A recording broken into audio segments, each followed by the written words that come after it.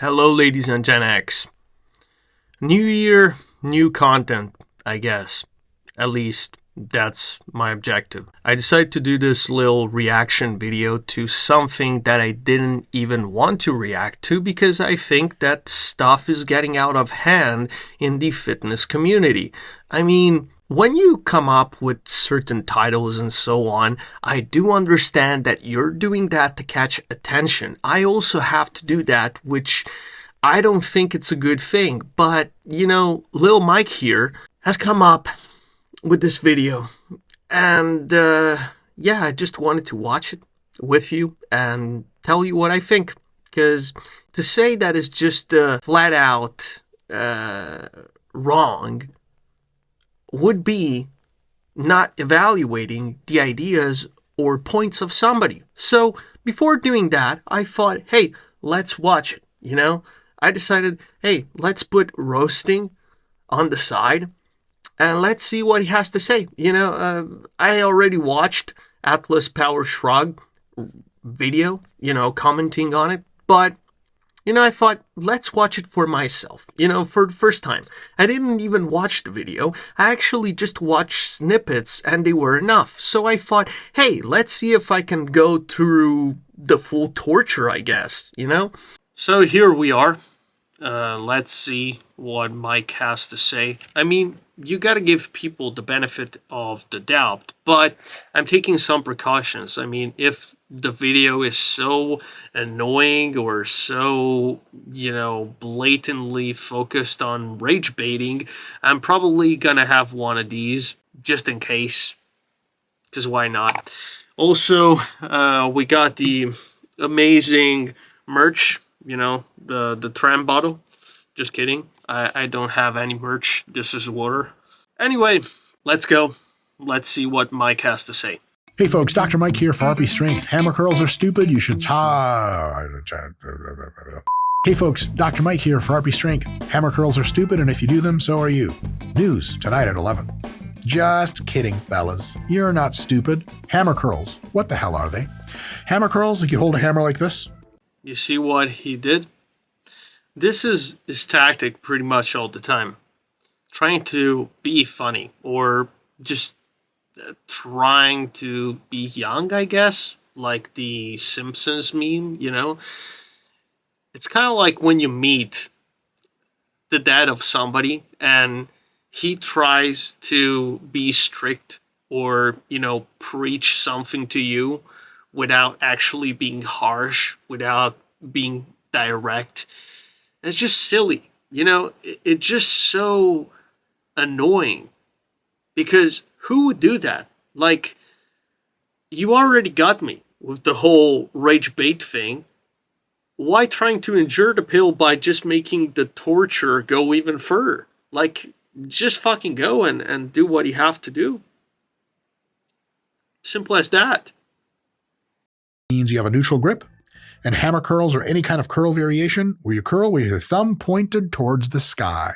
A regular curl would be you point with your fingers towards the sky. That's what hammer curls are. There's a bunch of different variations. And I'm saying they're not that great. Let's expand. You know what wasn't great? What Jared, I believe that's his name, was doing. To me, that is like a hammer front raise. It's not really a hammer curl. Sure, you might want to do something like that when you're training your extensors, but honestly, you wouldn't do something like that on the hammer curls. That's mostly front out. The brachio, radialis, and brachialis in the last part are not working that much. So already we got something wrong in here, which is quite something to say the least. Also, Atlaspowershrugged already said this, but who green flagged this? Who said to him that this was a good idea?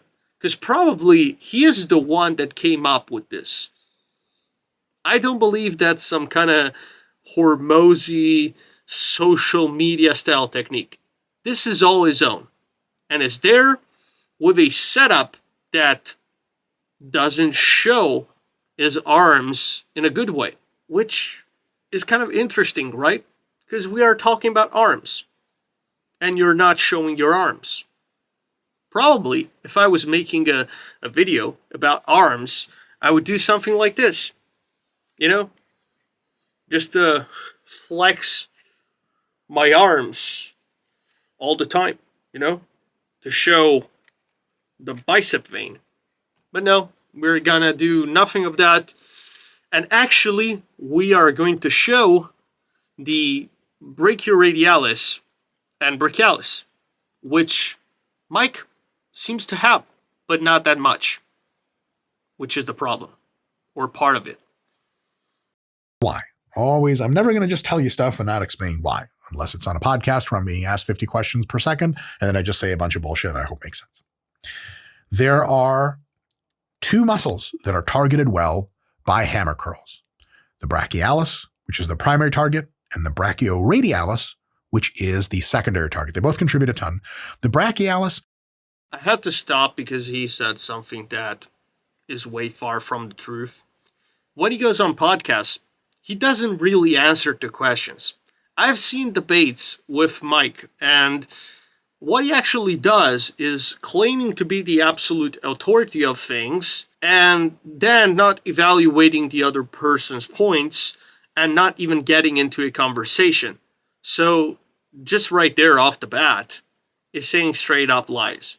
I mean, it's like you're not answering briefly. You're just going on a tangent about why you're right, and just making the same general recommendations that he makes in every single video, without, again, getting into a conversation, which is why you would go to a podcast. You would have a conversation with the other person. Is located underneath the bicep. It's the muscle that sits like right here. If I was remotely lean, you could see it, but I'm not, so you can't. It sits underneath. It's deep to the bicep. And it does contribute to elbow flexion, but it doesn't do supination like the biceps do. And so hammer curls put it in a better leverage position, and so they hit it more, and hammer curls hit the biceps less. Biceps are hit better when you supinate. When you pronate to vertical, they're hit less. So this is more brachialis, more bicep, more brachialis, more bicep. Technically, this stuff is true, but when you are even initiating a bit of supination, even on Scott curls, you are still involving a lot of the brachialis and also the supinator. So, yeah, thumbs up, better leverage for the brachialis and the brachioradialis, but there are certain cases where, again, they would work in certain motions. And also, yes, it's beneath here, but you can also see the thing, It's kind of difficult to show, but, even if I'm not as lean as a pro bodybuilder, you can still see this part here. And when you're lean, yeah, you just see it more. But, I mean, even when somebody's on bulk, if there's a hint of brachialis and brachioradialis development, you would see it. So, it's not that he's not lean enough. He just doesn't have the thing. And this is why this video bothers me so much, because certain bodybuilders have a lot of things in front of their eyes, and even certain coaches, but because they got themselves into a very popular position, and because they have a lot of stakes and big businesses or big brands, they cannot allow themselves sometimes to admit that they were wrong. For example, Mike has been searching for the pro card for a very long time. And actually now he retired from competing.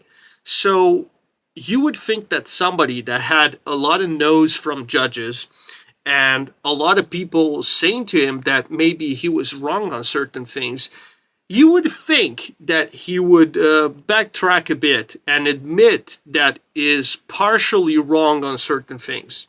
But no, he's not doing anything of that. Because of course, Mike Israetel, Renaissance Periodization, big brand. They now have an app with AI that just blows volume to the moon like the Fed prints money. So he cannot allow himself for that. So he makes this stuff and even tries to be funny without actually being able to. So, yeah, that's just bonkers. But let's move on. The brachioradialis is this muscle right here that crosses the elbow joint and sticks onto the forearm. And that also does forearm flexion. And it's definitely involved in that.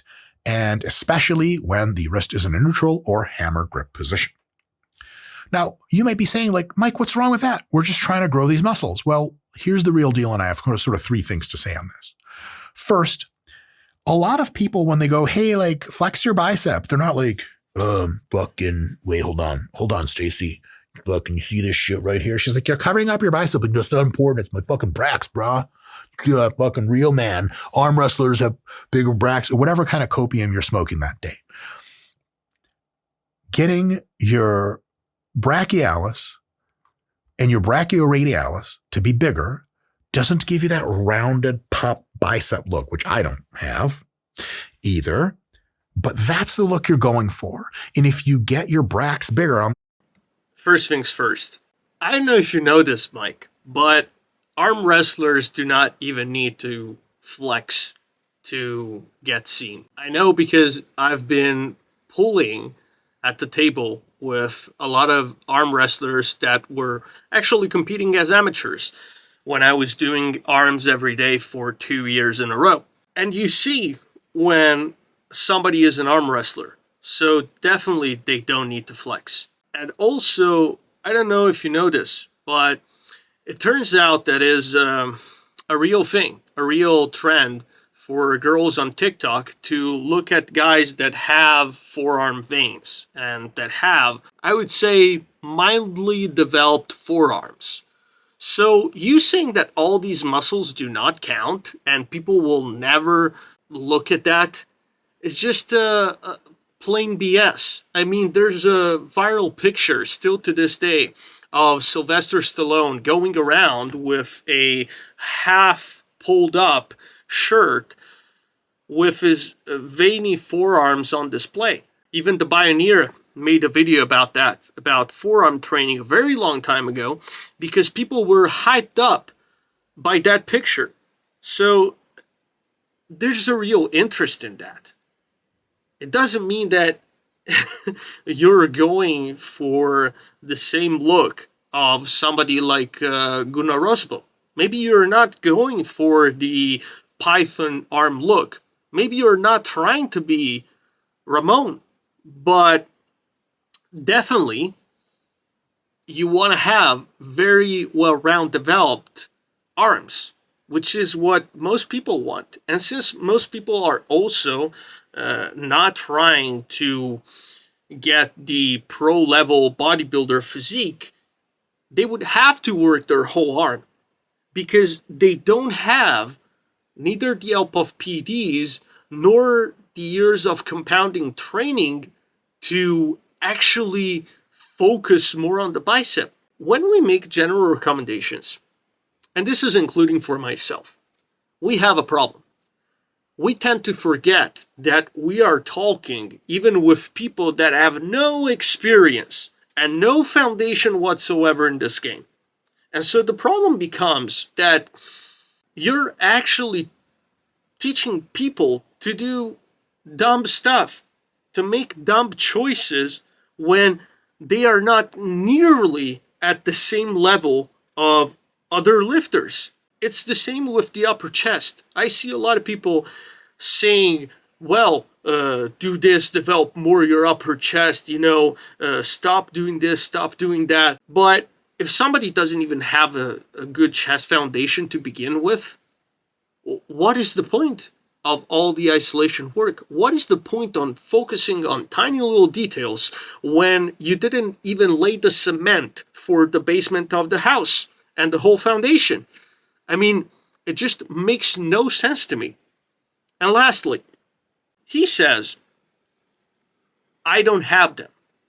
So why you're teaching people to get something that you don't have, some of your most famous trainees, unfortunately, do not have, it's a bit odd. And quite frankly, even if somebody doesn't have a bicep peak, you can still get tremendous arms that would still look a little bit rounder in this area. Okay, maybe you don't need to have the peak. Just look at Larry Scott, for example. First time Mr. Olympia winner. He had a long bicep, but his arms were tremendous and are still astounding to this day. So, do you really need to focus on this look and get a super peaky bicep? Probably not. Probably what you want is to have really well-round developed arms, which is quite different because you would have to work more muscles. But no, here we are pretending that everything is just about the bicep. Let's move on. Gonna call him Brachs. Brachs, brah. Hey, Scott, you doing Brachs today? Like, oh, yes, I don't know what that is or where it is. Sure about that? You listen to Tony Braxton when you're fucking 90s people. What's up? Anyway. This is so painful.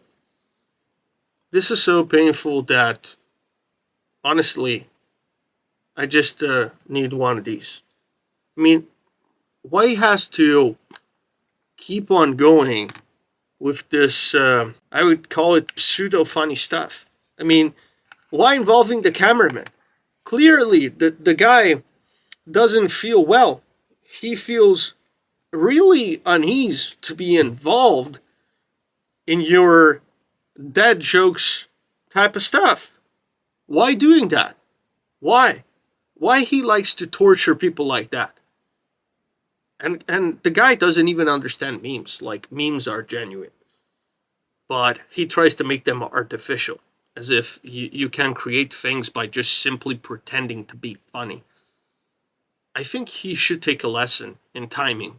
Probably he should collaborate more with Sam Sulek or some other people that are more genuine, because clearly this doesn't cut the chase. Definitely. Now I feel better. I feel as if I can continue this quest. If you hammer curl your way to the moon, you may not like the work that you put in making your arm look kind of is not that pop, that Ronnie Coleman, that Arnold fucking bicep peak. You just don't get a whole lot of that from hammer curls. So that's number one. A lot of people are doing this shit, and then in the mirror they go like this, and it's like, but maybe you could hit the most muscular in the mirror, and maybe the Brachs will pop up better that way, or like from the side. But it's just a thing. Like, know what you're getting. Know what you're getting. If you think hammer curling is going to round out and expand your bicep, it's just not a thing. The second thing is that your biceps by themselves, the bicep brachii muscle, has a huge local maximum recoverable volume. Maybe you can't see this, but I'm suffering. I'm suffering right now because this is not having a different perspective from somebody else. This is just a flat out denying reality selectively. John Meadows, 15 years so ago, was already putting out content about how to make arms better. May he rest in peace. And he was arguing that because the brachialis is in the middle, as you can see with my arm, only gonna sit up from the chair. Now the brachialis is here. You know, I'm not that striated right now, but as you can see, this muscle here pushes both the tricep and the bicep out. So what Mike is implying in here, what he's saying actually, is that there's no value in training the brachialis and brachioradialis muscles because they will not make your bicep look better, when it's precisely the opposite. Especially with people that have a long bicep, you know what's going to make them look more as if they have a peak? If the brachialis pushes the bicep out. One example that you can look at is Ramon. Now that he has bigger arms, also his bicep peak, which is not really a bicep peak, stands more out because the guy has so much brachialis and brachioradialis. Sure, he has super duper big forearms, probably is going to surpass Gunnar Rosbo at one point or another, but definitely that made his peaks better. Another example is Lee Priest. Lee Priest didn't just had biceps and triceps. The guy had a huge, tremendous forearm, and because all these muscles come up, they push the others out.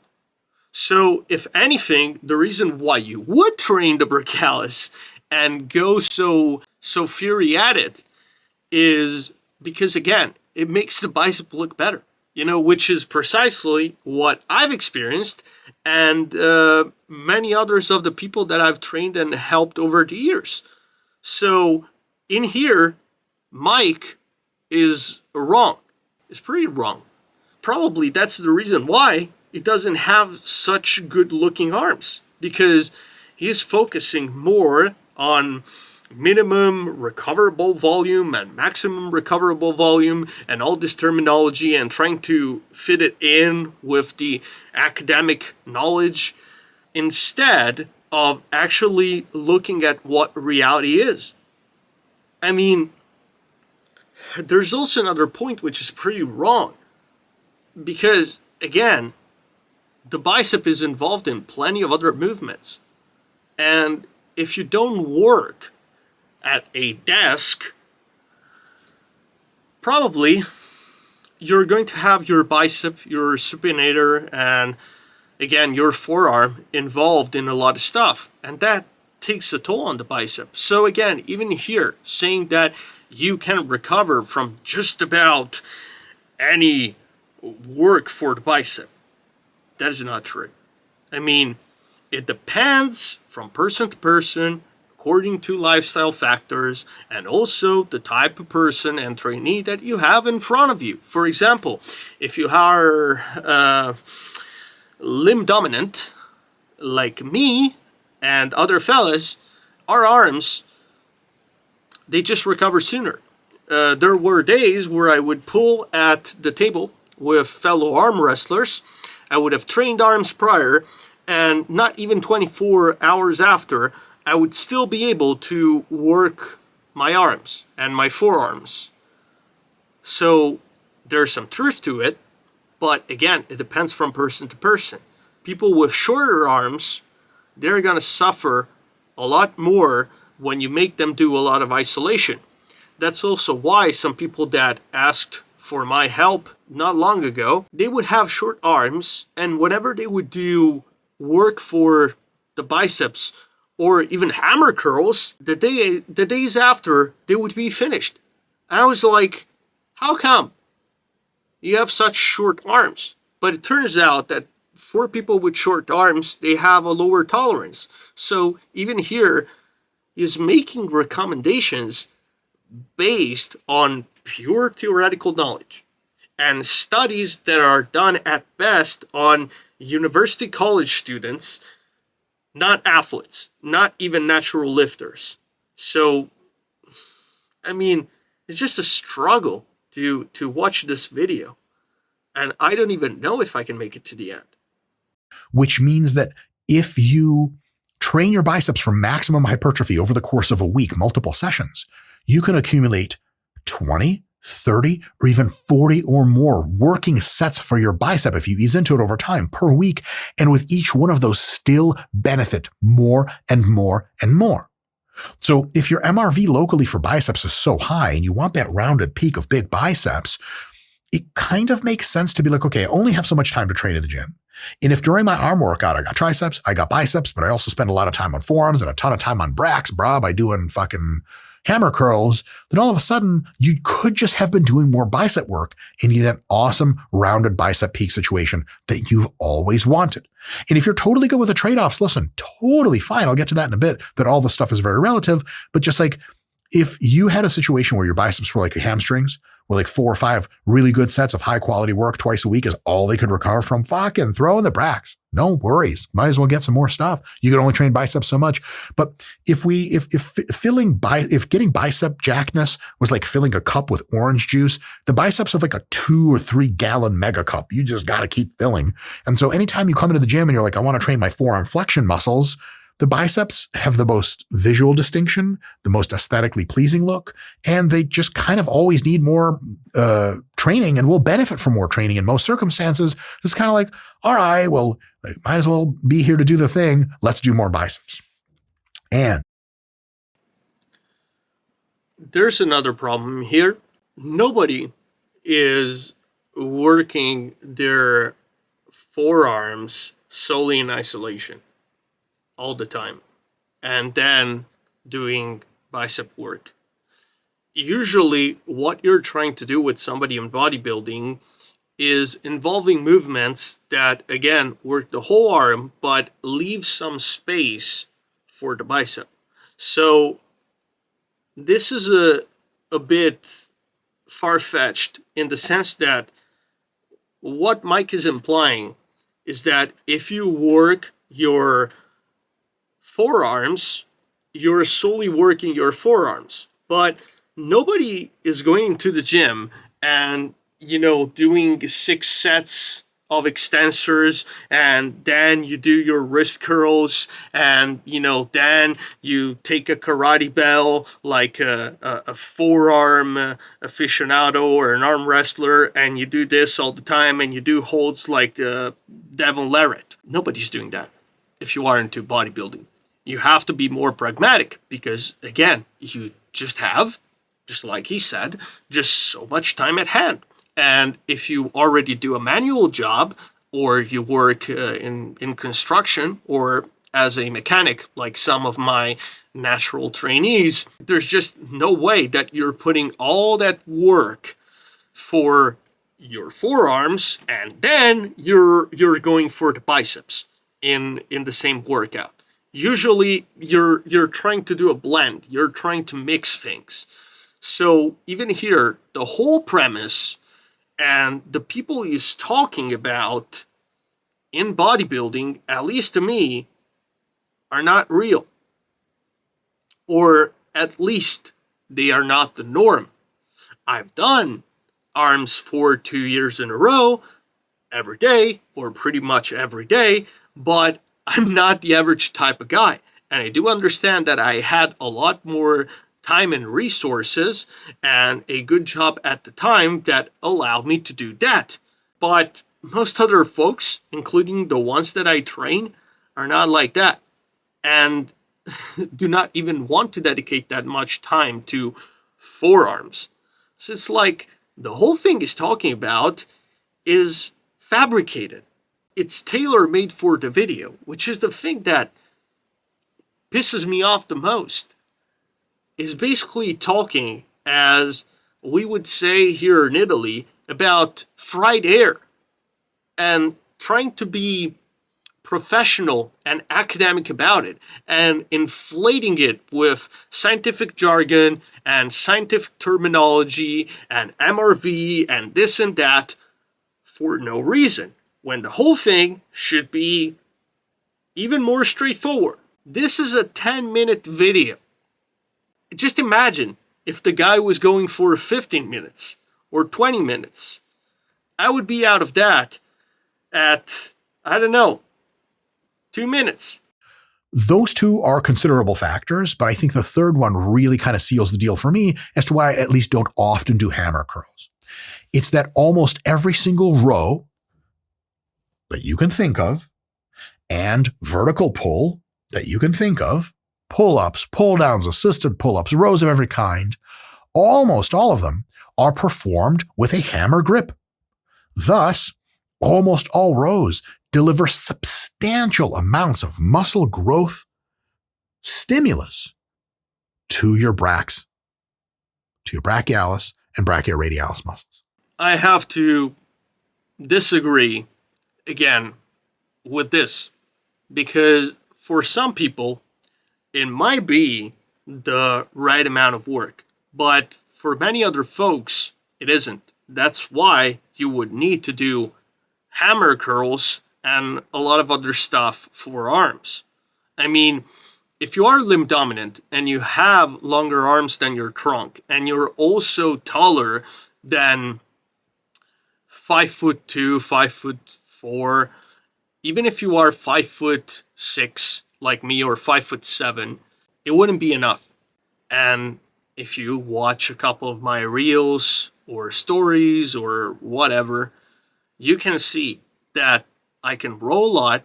I also add bands on heavy rows, and still, back in the past, it wasn't enough for my brachialis and brachioradialis to stand out. It's just not enough for certain folks. And for people that have shorter arms than their trunk, is even worse, because usually these people have also a lower lat insertion. So basically, the lats and the back are overtaking most of the thing. And so, in the end, the brachialis and brachioradialis do not really get worked that much. And if you're using straps, you're taking away even more. And you're taking even more away from your flexors. Excuse me. So, again, even here, I do understand that in a 10-minute video, you are trying to make general recommendations. But bodybuilding is individual.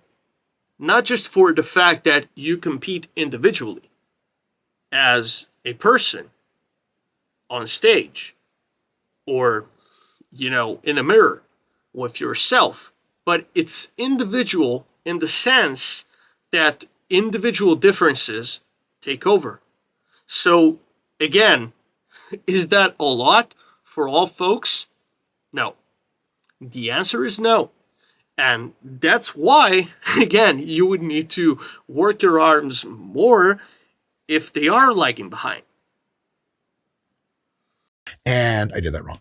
I did that in reverse.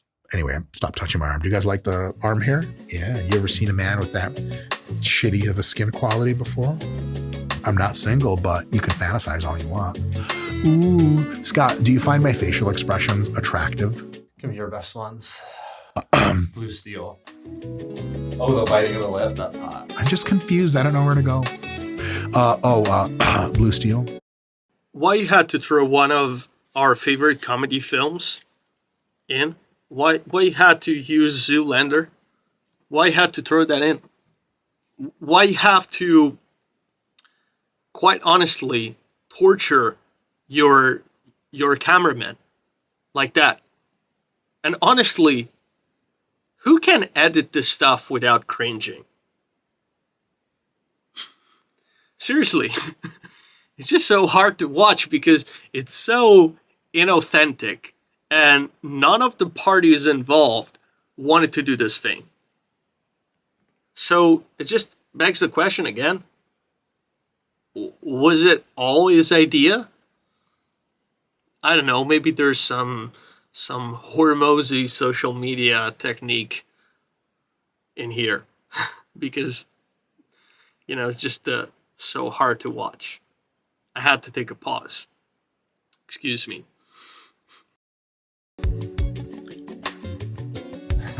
Yeah, it's like duck lip, slight duck lip. That's how you do the thing, right? Anyway, comment below on whether or not you would give me sex if you found me alone, stranded, curled up naked on the side of the street, and quite underweight, I would say. In any case, comment below. So here's the deal. Like, you're already crushing out your Brachs, doing pull downs and pull ups and rows, and they're accumulating substantial muscle and growth from that. And then your biceps definitely get used for that too, but your Brachs get used way more because unless you're doing tons of underhand stuff, almost everything overhand or neutral grip, which is 90% of back work, is tons of work for the exact same muscles that you would do with hammer curls. So like If that's already the case, they're getting hit so well. Yeah, a couple hammer curls here and there, cool. But like, again, opportunity cost wise, just do more biceps work and you'll get an overall better physique. I think we can all agree that hammer work or vertical neutral grip works more the brachialis and the brachioradialis because, of course, they are involved mainly as stabilizers. But if you are using straps, including even on pull-ups, the work is not that much. It just isn't. I mean, again, let's put aside even individual differences. It's just not that ton of work.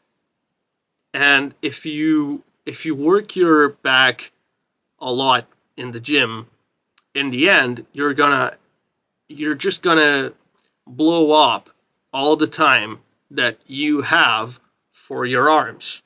So the brachialis didn't work that much. The brachioradialis, probably even less if you use straps. And don't get me started with forearm flexors and especially the extensors, which protect you from a lot of elbow inflammations and a lot of issues, including with back training and arms training. So again, it's just not that much work for the whole arm.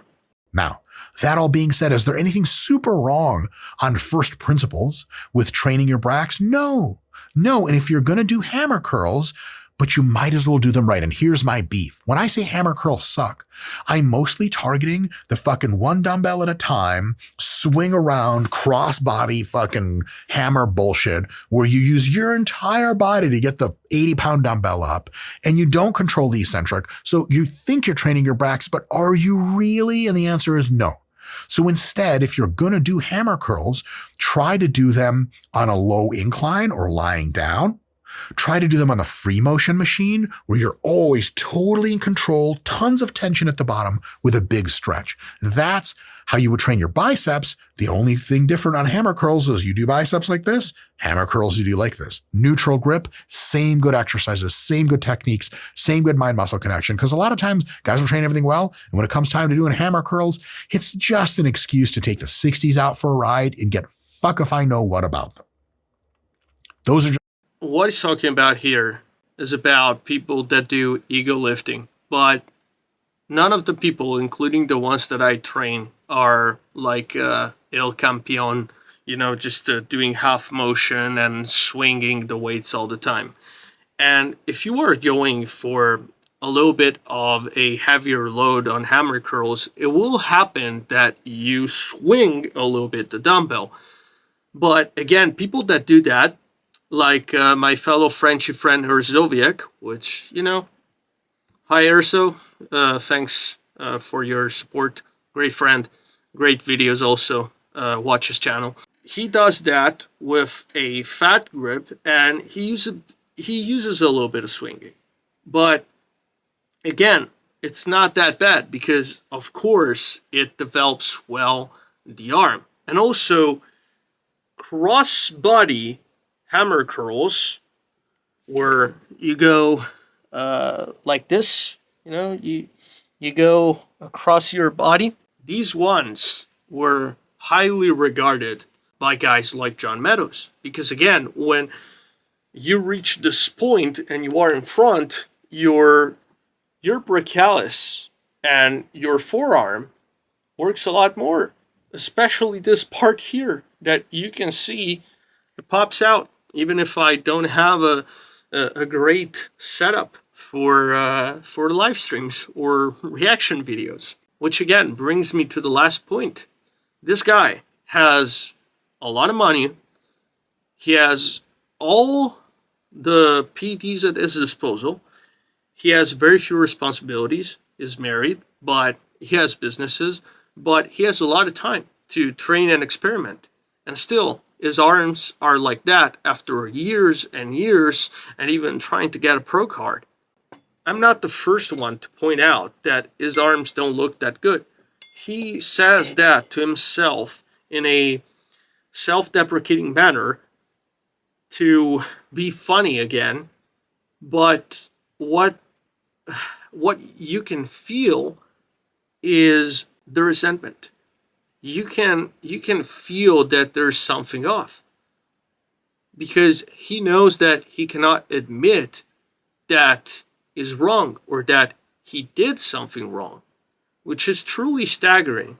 Like with everything that we will ever recommend on this channel, it's just food for thought. I am the ultimate authority on nothing, including even on how to please myself. If you have any tips for self-pleasure, I would love to see those in the comments. I'm just running out of ideas. The noose just doesn't fit as much anymore. We'll see how fucked up you guys are in the comments for that one. Scott, do you know what that reference is to? Again, what he's doing is so painful to watch. He's trying to downplay all the roasting and dissing that he has done in this video.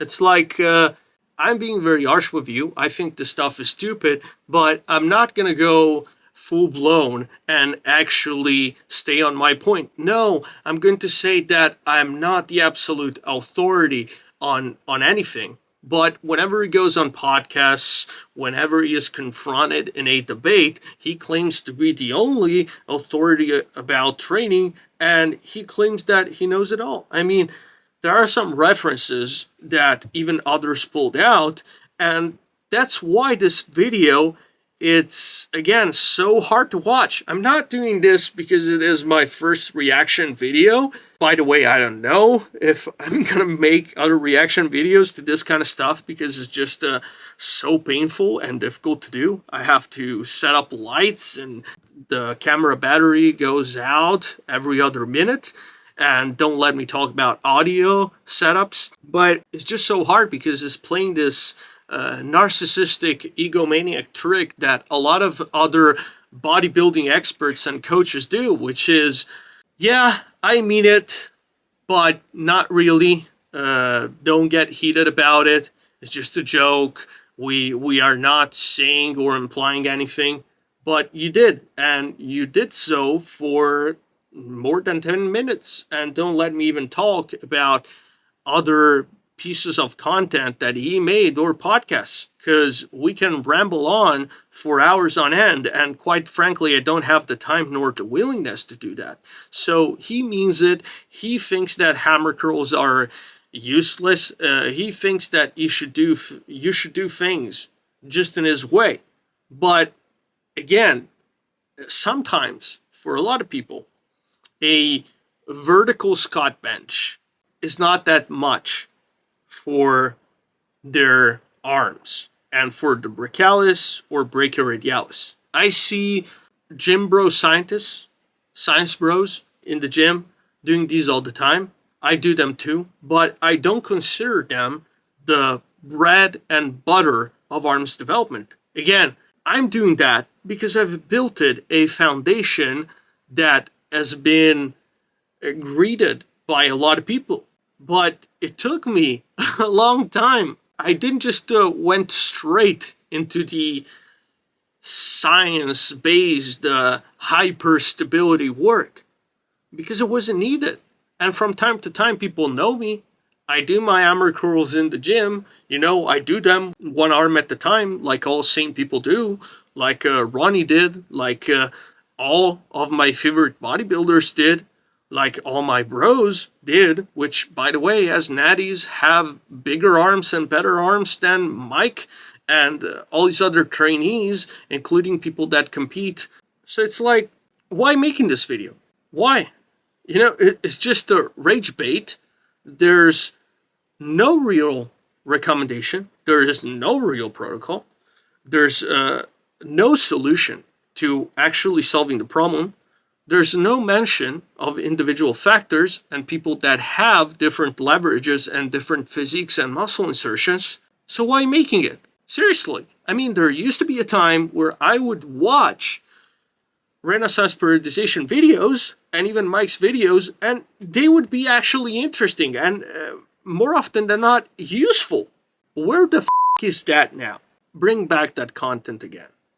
I know the guy has done videos on other topics and politics, is getting really famous. He has a very huge following, but somebody in the director's room should actually say to him, please stop, do some other thing, because clearly you're just trying to squeeze lemon juice out of fruits that were already used, that were already juiced up. Erotic asphyxiation. What's that? Man, I would explain, but some people in the real world tell me they watch this channel with their children. And I think after age 15, you can be exposed to things like that, but probably not before. Daddy, why is that man choking himself? Well, you see, son, we see when mommies and daddies. So there's no 100% correct on much of anything, but by exchanging ideas, by thinking about them, by trying them out, that means you guys trying out some shit I say do, try out some shit I say not to do, we can all gain a bit more insight together, and we can get more jacked together, which is the ultimate goal of any properly functioning society. If you need help properly functioning in society, the RP Hypertrophy app is something you want to check out, link in the description. The RP Diet Coach app is something you want to check out, link in the description. They cost a little bit of money, but they really help you organize your plan, de-stress, and just do the damn thing. All right, go into the gyms of America, folks, and look at people doing hammer curls and sneer at them. And if We're almost finished. But this is like when people on podcasts cannot say goodbye and they keep on rambling on for 10 minutes or more before leaving, and is not trying to actually be authentic and honest. Oh, well, just take our recommendations and be all friendly and be all united. Like, and for the past, 9 minutes, he proceeded to say that working certain muscles, doing certain exercises is flat out stupid and useless, while mentioning that he has no bicep peaks and no good arms. I mean, this should be studied in universities, not in a good way. It should be material about some mental issues, because clearly that's what this guy is displaying. I'm not kidding. Like, it's so awful to watch. That's why I want to avoid to do these type of videos, because I really lose IQ points and my faith in humanity when I watch this stuff. I just hope people will not ask me to make more of this stuff. anything to you, just give them your phone with this video pulled up and be like, just like watch this and just like do better. No, I wouldn't. I would link them straight to a video from Atlas or Zoviek or any other person, or even Alpha Destiny that has some real arms.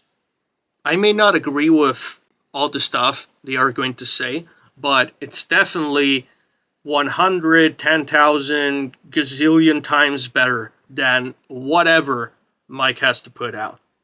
And this is not because I dislike him as a person, but because I'm seeing what he's doing, and I'm seeing that is not only not genuine, he doesn't care. And he will not get you jacked. I see plenty of people that follow these kinds of channels that are also graduated in physical education in my own country. And to be quite honest, they all look like twigs. And they follow these recommendations. They do everything according to science, and then they come to me and they ask me all kinds of stuff about programming, when in reality, it's just about exercise selection and just be willing, to face the fact that we don't have all the answers, and sometimes reality doesn't reflect EMG studies or papers from Brad Schoenfeld. It's just what it is. I found so many things by training arms a lot.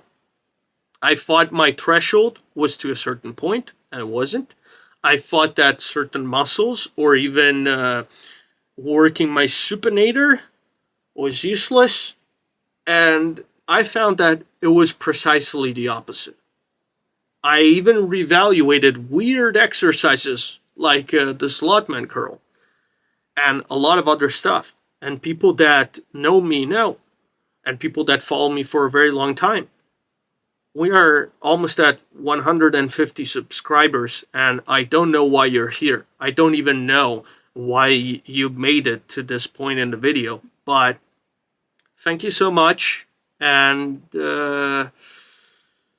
yeah, let's try to get to the end of this, because I want to watch it to the end. I don't want to be like the other reaction channels that just use clips and do not watch the whole thing, you know? Anyway, can you guys just like not? See you next time. Wow, wasn't that really something? Again, I just want to thank people for watching. It was my first reaction video, so probably I've done a lot of things wrong. It was the first time setting up this whole thing, so again, thank you for watching. One key take that I want to bring home is that all these people that call themselves science-based are highly disregarding the real reality in the gym. And I have plenty of people that are the example of that also do manual jobs as mechanics. They operate on forklifts, or they even work in construction like some. And all this stuff doesn't really apply to so many different individuals. That's why it pisses me off, because when you have such a huge following, you're talking to so many people, but without actually helping them. When you are so big of a internet celebrity, maybe you should do better. You should provide better, which is at least what I think it should be done, or what I try to do. If you like the video, like, share, subscribe if you can. I really appreciate it. And thanks for watching. See you soon.